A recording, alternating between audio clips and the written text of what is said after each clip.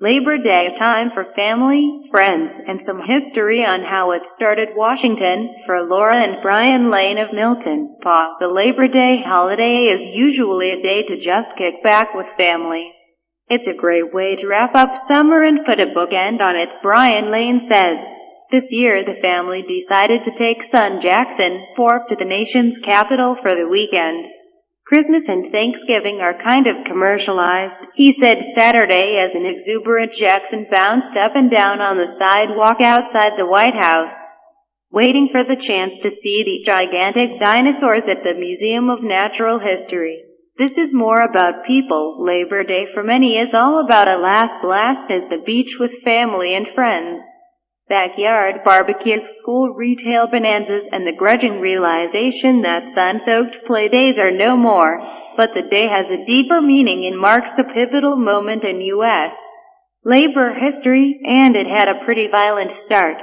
In the late 1800s, the state of labor was grim as U.S. workers toiled under bleak conditions, 12 or more hour workdays, hazardous work environments, meager pay. Children, some as young as 5, were often fixtures at plants and factories. The dismal livelihoods fueled the formation of the country's first labor unions, which began to organize strikes and protests and pushed employers for better hours and pay. Many of the rallies turned violent. On September 5, 1882, a Tuesday, 10,000 workers took unpaid time off to march in a parade from City Hall to Union Square in New York City as a tribute to American workers. Organized by New York's Central Labor Union, it was the country's first unofficial Labor Day parade. 3 years later, some city ordinances marked the first government recognition, and legislation soon followed in a number of states.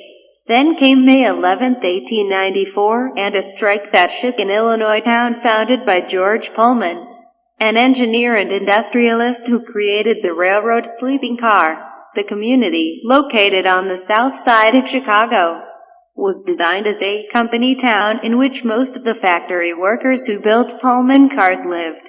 When wage cuts hit, 4,000 workers staged a strike that pitted the American Railway Union versus the Pullman Company and the federal government.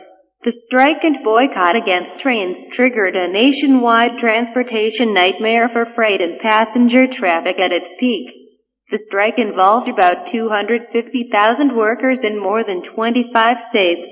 Riots broke out in many cities. President Grover Cleveland called in army troops to break the strikers. More than a dozen people were killed in the unrest.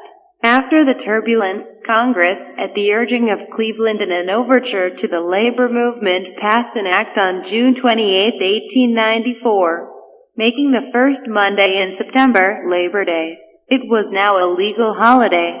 In the coming decades, the day took root in American culture as the unofficial end of summer and was marked by parades, picnics, and family, friend time.